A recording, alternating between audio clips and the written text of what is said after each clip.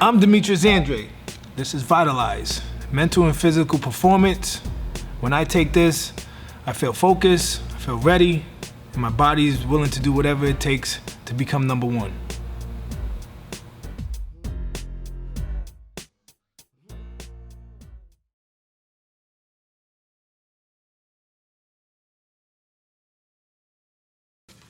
Stage is yours, Bill. How are you feeling? Yeah, very good. Just want to thank everybody first of all for coming out, and Frank Warren and my management team and BT for making this happen. But it's been a long time coming. Like Frank said earlier on, I had a terrible 2018. I feel that my title was robbed off me, not beaten off me by a better man or someone I could shake hands on the night and say was the better person. But we're here today. I'm fighting for the super middleweight title. When this fight was first made, I jumped at the chance with Frank to sign the deal.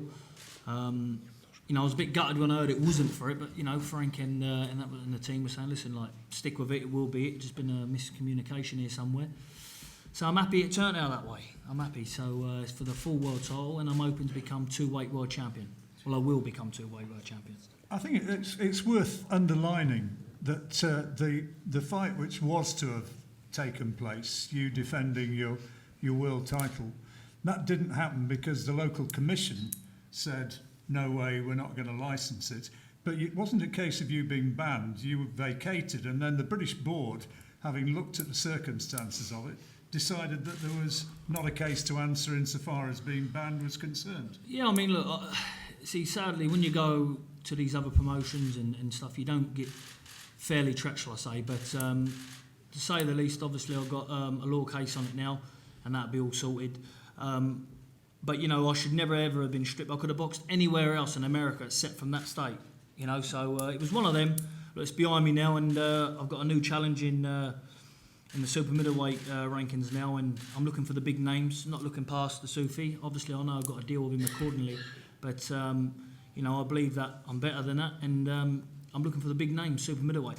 In a lot of ways, it's kind of a fresh start, isn't it? Because after beating, Monroe and then Lemieux, Boxing Monthly here in the UK voted you as their fighter of the year. So that's what you've got to get back to. I mean, yeah, look, I know I've got it inside me. I'm 29 now, so I'm just coming into my prime now. I know that no one's seen the best of me yet, but it's down to me to put that hard work in and show it. And with BT's backing, obviously now I think that we can make the bigger fights and bring them over to the UK. So we'll be looking to make some big fights in the future, most definitely. What's the difference for you fighting at 12 stone rather than 11.6? Those extra pounds. Do you feel that you are a genuine super middleweight? People look at me and say I'm a small super middleweight, but we see when I'm in front of them on the night. It's one of them. I've been sparring cruiserweights ever since I've been, ever since I turned pro. So I'm used to that. The physical side of it, but you still got to adapt to the new weight. But it just means that I'm not got to bar myself down that little bit extra more. It means I can just not relax, but you still got to be professional when you're making the weight. I've got a dietitian and a nutritionist in Dave Stash, who's here now, and the weight's going lovely at the minute. So just got to put on the performance. It's all right looking good, punching the pads and everything, but he's a tough fighter coming. A lot of people saying and writing him off, saying, "Oh, it's 100% win," but no fight's 100% win. He's fighting for the super middleweight title as well, and he's number one in this WBO rankings. And I think people need to realise that and realise it's not just a 1 or 2 round knockover job. He's coming to win, so I've got to make sure to be on my game and be on my A game and put send out an example to the other super middleweights. Yeah. I mean, you know probably as well as anybody just how much he has to achieve here potentially. I mean, if he goes and beats you, it's a life changer. Yeah, 100%. So, like I say, I've got to be on my A game. I will be, but I will guarantee one thing: whatever he brings on the night, I'll bring tenfolds more and make sure to get that win. Just tell us how you look at him as a fighter and what you see as his strengths, because he's been in against cruiserweights, against light heavyweights, and comes into this on the back of 10 straight wins. Well, I'm coming on the back of 27 straight wins. So, I look at it as no other opponent. I train hard. When I'm in camp, especially world titles on the line, I've been in numerous of championship fights. I know how to win them. I know he's a come forward strong fighter, but you know, if I'm on my A game, no disrespect, I should box his head off. So it's one of them. He can come try and knock me out. He has to come and try and knock me out because there's no other way of winning. Shefat looking to be the first ever Albanian-born world champion. That would be a special achievement. Tell us what it would mean to you to win this title.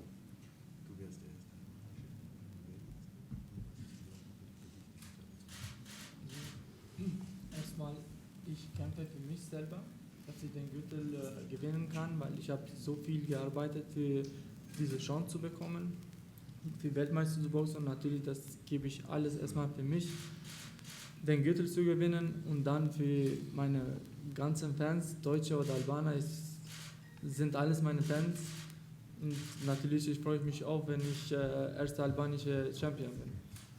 Okay, what Shefat is saying that basically he's doing that mainly for him, or first to him. That's the most important because at the end he has to win it, and then of course for all his fans and also for the Albanian and the German people. But obviously, if he would become an Albanian first world champion, that's going to be a big thing in Albania and also of course in Germany because. He's fighting under the German flag, and it will be also a big event for Germans because at the moment we also don't have a world title champion in Germany. Based in Munich. Munich. That's correct. It would be the first time that Munich would have a title. Yes. Billy Joe has just said, you heard him, that he thinks if he's on his game, at his best, that he should box his head off. Yes. Yes, he says. He knows.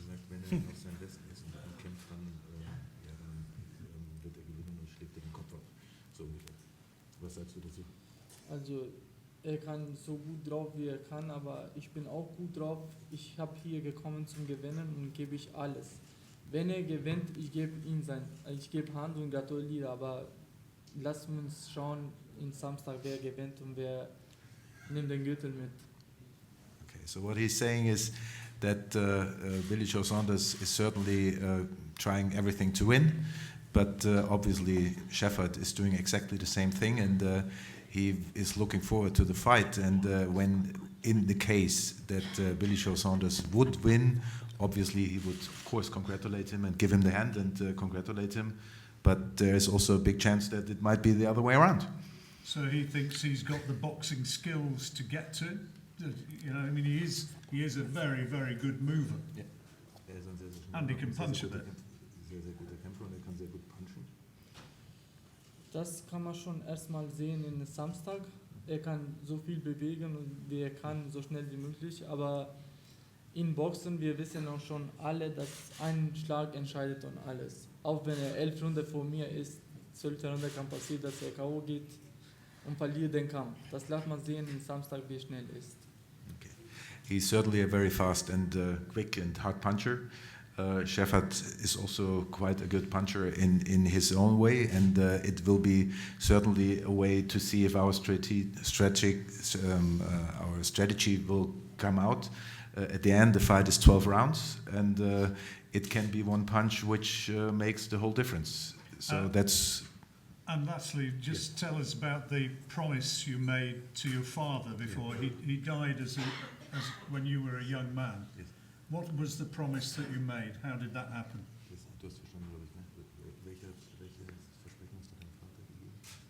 Also mein Vater war großes Phantomboxer. Er hat mich sehr viel unterstützt und leider hat noch keinen Kampf gesehen von mir live. In Amateur habe ich geboxt, aber ich habe schon ihm versprochen, dass ich weiterkämpfe und dass bis Weltmeister komme. Und leider ist verstorben, er hat nicht einen Kampf von mir gesehen und er konnte nicht mehr weiter unterstützen, aber seine Worte habe ich immer im Kopf und das hat mich die ganze Zeit hinter mir und das mache ich für meinen Vater auch, dass ich den Gürtel gewinnen kann. Und das Erste, was ich mache, ich gehe grob bei ihm und sage dass den Gürtel habe ich gewonnen. Okay. So basically his father died when he was a young man, as you said. John, the situation is that his father is always in his back head and he's always promoting him from above. He also has another promoter, unfortunately, which is also above, which is Rocky Chani, who died just recently in a car accident, and he was the trainer of Shefat Isufi before that. And so he has two guys looking from above and help him. And what Shefat said is the first thing when he wins will be that he goes to the grave of his father and thanks his father, because he was the guy who supported him and pushed him to be professional. And unfortunately, his father never seen any of his fights, because 3 times it happened, he was fighting and it didn't work out because his father had to work. So he never saw it, but now I'm sure he's proud that he can look from above and see the fight. Well, it's a great story, and we look forward, hopefully, to a very good fight for viewers on BT and those who are going to be there on the night. But before we move on to questions from the floor, Billy, you've been training with Ben Davison, who's at the back of the auditorium now. Tyson Fury has been there as well. How's it all been going? What's the dynamics been like in that training camp? Yeah, sadly, I've been training with Ben. He's, I must say, he's a bit of a woman, shall I say? Stealing all my brew cream and my hair cream and stuff like that. But now, listen, on a professional note, it's been good, enjoyable, having Tyson Fury around. You know, bouncing off each other, working on some new stuff. You know, when you go into a different weight, you got to take. I believe you have to take, you know, different strategies, different attributes in there, and that's what we've been working on. I've been, you know, very motivated, very happy. Been away now for 9 weeks solid, up in Manchester, training away, and you know, I can't really ask for anything better. Everything's gone well, so there's no excuses this side, and I'm really enjoying boxing now again. I know talking to Ben, he's always said that the thing about you and Tyson, and that you're similar in a way, it's keeping you interested, it's keeping fresh ideas coming and fresh things to work on. Yeah, he's been bringing women in the hotel every night, keeping us interested. Steady. Keeping us interested and keeping us focused. But listen, I can honestly say, listen, it's been a real good camp. Everyone's put the professionalism in here and, you know, trained. I mean, back in 2016, I had a terrible performance. And, you know, that was down to myself. And I said to my own self, if ever I was like that again, I would retire from boxing. So, you know, it's at this level, you can't get away with them mistakes. And I've learned from that. And I'm going to show everything and put it on display on Saturday night. Frank, tickets still available for those who want to go along? Yeah, there's a few tickets still available. So you can get in touch with the box office, Eventum or Ticketmaster, or Stevenage Football Ground. They can supply to you. But you know, I think it's going to be. We have a really good crowd there. It's going to be exciting, and I really do think Bill's going to go on and make some history. I hope this is the first step of him getting to the position he should rightfully be in, and he should be in a position where he is fighting for these big fights. He should be in them for fighters who should be ashamed of themselves for avoiding him. They're avoiding an undefeated fighter. But first of all, he's got to get through this guy to our left, who certainly has got other ideas. You presumably, when you make that statement, talking about Canelo, about Golovkin. Yep. Which, you know, I've said it a million times, and we can prove it. We signed twice 2 contracts for Golovkin. They were sent over by K2, signed them twice. They never sent them back. They went in a different direction. Canelo, I know that his connections at that Lemieux fight. I said it at the time to Bill as he got out of the ring. I said, they just shook their head. I said, when are we going to do the fight?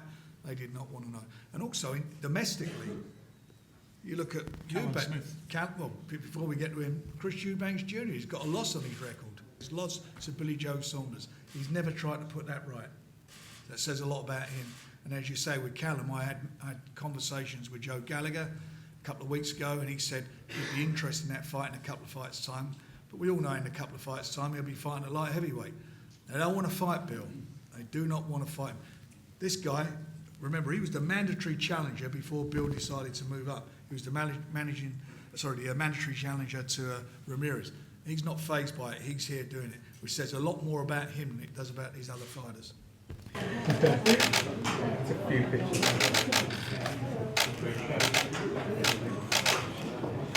Now with the cameras.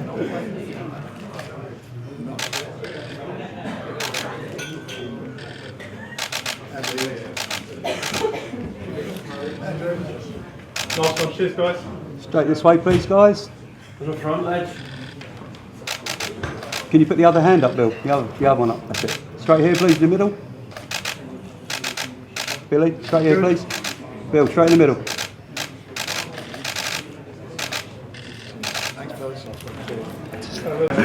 Front first. Straight this way, please. Joe, this way, please. Straight this way, please. Can you take half a place back for us, guys? Back towards Frank a little bit. But don't squash him. There we go. All Frank. Go to the chair. Okay, each other, please.